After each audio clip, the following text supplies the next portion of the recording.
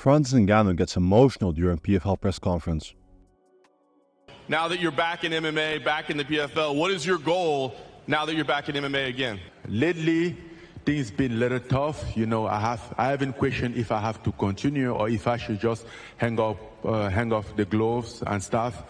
But then I realized that should be a purpose for me. You know, like I didn't have a chance to fight for my son, man. So I think this is it.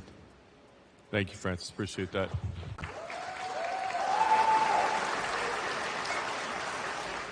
Francis Ngannou slams Dana White for creating a fake narrative. We heard UFC boss Dana White say earlier this summer that Francis didn't want to fight John Jones. Well, I think that's the new narrative. Since he needs to say something either way, you know. But as far as I'm concerned, John didn't want to fight for me, according to them. And so many times that we sit down on the meeting, I'm like, oh, it can happen. John doesn't want to fight anymore. You know, like he lives in Albuquerque. He doesn't.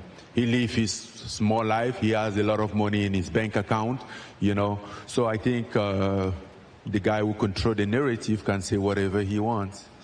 But that's just the narrative. I was the one requesting the John fight, but I didn't want that like a, I don't know how to say, like a trap to get into some deal and get to something that I didn't want. You know, I want things to be straight and square. You know, so yes, I wanted to fight John Jones, but in a good condition, not just to fight, to be bailout. Francis Ngannou receiving support from Israel Adesanya after being ignored by the UFC.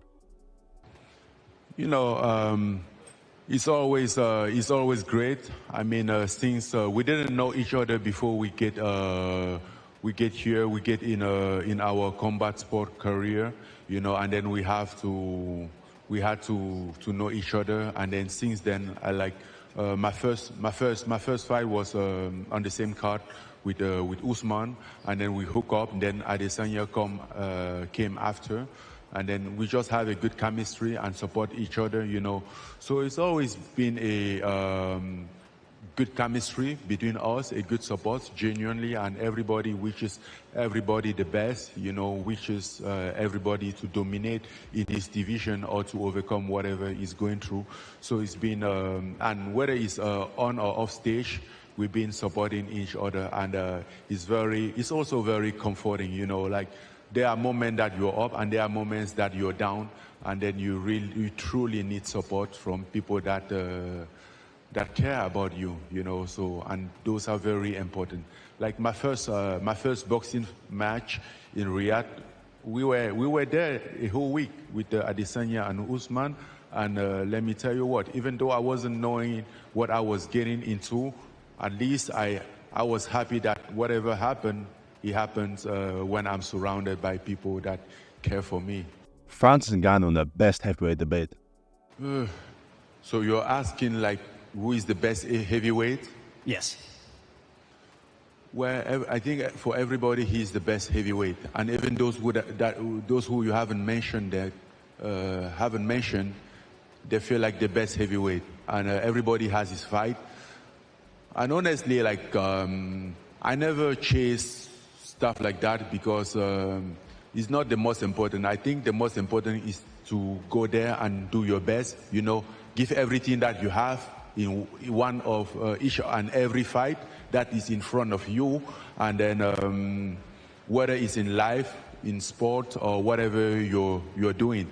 So that's for me like the goal, you know, is to do my best. As long as I give my best, I make sure that I give my best. I make sure that I left no stone unturned. I'm okay with whatever it is. And then the idea of chasing who is the best heavyweight, like all over social media, is not something that I'm very excited about. Francis Ngannou and Renan Ferreira have a heated face-off.